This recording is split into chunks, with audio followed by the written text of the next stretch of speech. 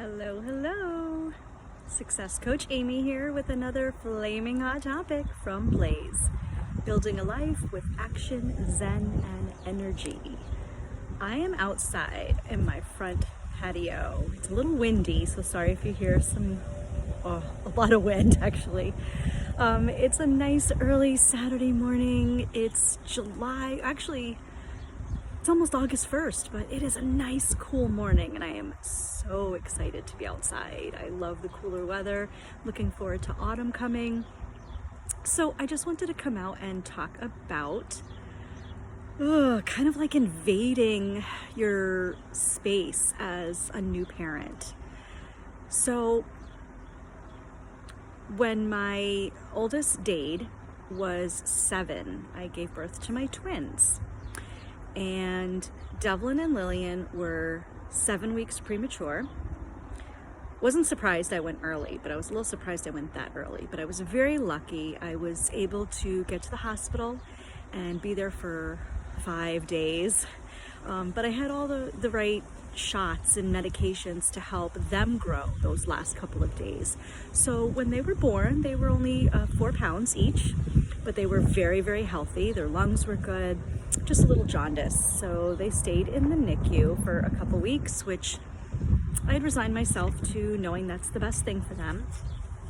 And just made it happen, just lived my life and did what I could. I spent all day, every day there. My husband would come with Dade in the evenings and just visit or take a peek through the window. But I never really worried about them. Sorry, I'm outside, there's a car. I never really worried about them. I knew that I was breastfeeding and I knew that I was just gonna love them and they were my babies and I waited so long to have them. So when I got home one day and my cell phone rang and it was early intervention. I kind of knew what that was, but not really. And I was like, how did you get my number? I was very defensive. And because the biggest thing is there's no NICU in the hospital in my county. So I had to go up north to Syracuse. So when my local county early intervention called, I was like, how did you know about my babies? They weren't even born in Cortland. But because I live in Cortland, they were notified. And I guess that's protocol. And again, hindsight makes a lot of sense. I appreciate that. But it just seemed like such an invasion. You know, early intervention. Oh, your babies were early, so they're going to have problems. Let's get them solved now. And I was like, my babies aren't going to have problems. Throughout my whole pregnancy, they were telling me I was probably going to have a C-section. And I was like, I don't do C-sections, sorry. I'll give birth naturally. And they were like, but twins, and you're 35, so you're an older mom. And I was like, I don't care. I'm going to deliver naturally. I'm going to breastfeed them both, and that's just the end of it. But again, medically speaking, they do have to give you all the options, and I totally understand that, and I respect that. But again, it was kind of like, but what do you want? What's going on with this? I don't understand. So I brought the babies home and they were amazing. They were thriving and they were just small. They were absolutely perfect. So at 12 months, when they weren't walking, made sense. They were 7 weeks premature. At 14 months, they weren't walking. I was like, okay, they were premature. By 16 months, I was like, okay, this is ridiculous. They would walk around, but just not by themselves. They would push the cute little carts and hold your hand, but they just didn't have that strength to just know they could do it on their own. So guess what? I crawled early intervention and was like, okay, I understand now. I did a little bit of research, got some answers to some questions, and they said, okay, we can come and do the intake in your home in a couple weeks. And I was like, that's fine. What's a couple more weeks?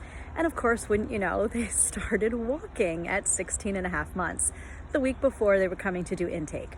So they did the intake, and obviously gross motor was fine, but speech was an issue. I thought that was interesting because I talk a lot. So my son was babbling and saying some things here and there, but my daughter was super, super quiet. And at this point, at 16 and a half months, Devlin was quite a bit bigger than Lillian, too. She was this dainty little thing, and he was getting to be pretty husky. So I thought that was interesting that he was becoming like the dominant twin. So they actually said that Lillian could use some speech therapy. And I was like, okay. In my head, I thought at almost a year and a half, it's better to get any kind of assistance now so that by the time she gets into school, it'll be much easier for her. So I was all for it. Like, let's go. It wasn't even a stigma. It wasn't even a thing for me. I wasn't like posting, oh my God, something's wrong with my baby. No. I didn't really talk to a lot of people about it anyway, but I wasn't hiding it either. So I thought, this is fine. This is good. So she did some speech for a couple months, started talking, and everything was fine. We stopped. Fast forward 2 years and 2 days after the twins were born, my Ella was born.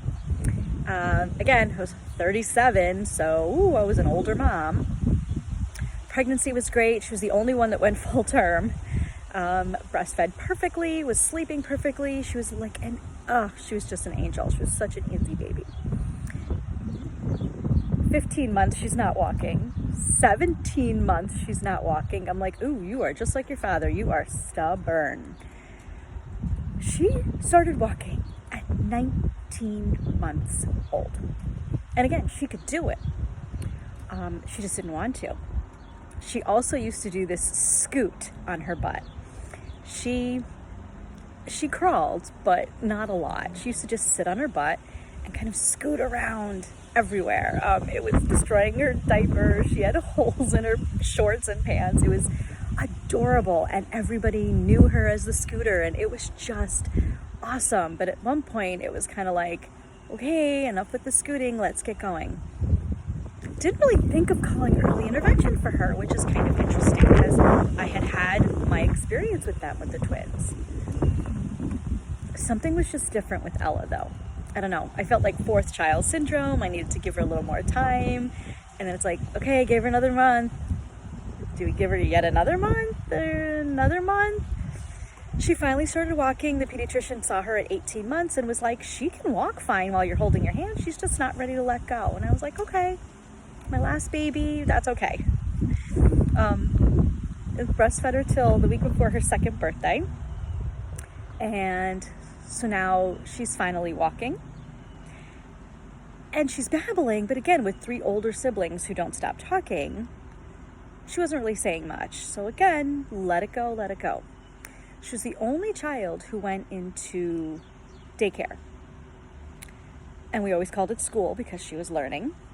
And so when she got into daycare, she was, I think, 2.5. And really started to pay attention to the other 2.5-year-olds and was like, ooh, her speech is definitely behind. It made sense. Again, fourth child syndrome. Everyone's talking for her, doing things for her. And she was a late walker, so being a late talker was not a surprise to me. I started working in her daycare school, and I was noticing there was this woman who would go into classrooms and then take the kids out and walk with them and talk with them. And turns out she was a speech therapist. And I was like, oh, tell me more. Gave her my background. She's like, let's do an evaluation. Again, same thing with Lillian. Let's do the evaluation and all the therapies now, so by the time the child gets into school, hopefully it'll be a lot easier for them. That was my goal. I didn't want my kids to struggle. Figured get them the help they need sooner rather than later. So got her evaluated, got her into speech therapy, and did that for 2 years. Did her eval before she went into kindergarten, and they were like, oh, academically, she is so smart. She's going to do great. It was like, but that wasn't what we were supposed to be testing for. It wasn't about the academics. I wasn't worried about the academics. I was worried about her speech, and something else was going on. So at 5.5, she starts kindergarten with no speech therapy, no IEP, no 504. Very frustrated. Her meeting was devastating to me. I had a lot of tears in my eyes, and the speech therapist from the elementary school was there in the meeting, of course, and said, don't worry, we will figure out a way to get her speech until she's reevaluated by the school district. So eventually she was reevaluated, speech therapy, back on track. Then I was told by the time she was, well, at this point, Lillian was already 7. And she was still getting speech therapy, but it wasn't as intense as Ella's. Turned out Lillian was evaluated and diagnosed with auditory processing disorder. Technically, you can't do that. Well, back then it was 8. Now I think it's 7 years old. You can be diagnosed with this. Go to an audiologist and have the testing done. So auditory processing, auditory, obviously you're hearing, but your hearing is fine. The processing part is where it comes in. So the information goes into the ear, goes into the brain, and randomly, especially with my girls, randomly, the information would get jumbled. So when you'd go to have a conversation or answer a question, sometimes what the child said didn't make sense. Like, that's not really what I was asking you, or that's not what we're talking about. And at first you're kind of like, not thinking it like it's a joke or anything, but just like, why are you saying that? But again, with it, and it's called speech therapy, but it's different kinds of therapies that are involved with that. So it's really cognitive, it's brain, it's thinking, it's really the processing part of it. So Lillian's been doing great. She was getting her speech. She was only at a 504, so she didn't have as many accommodations as Ella.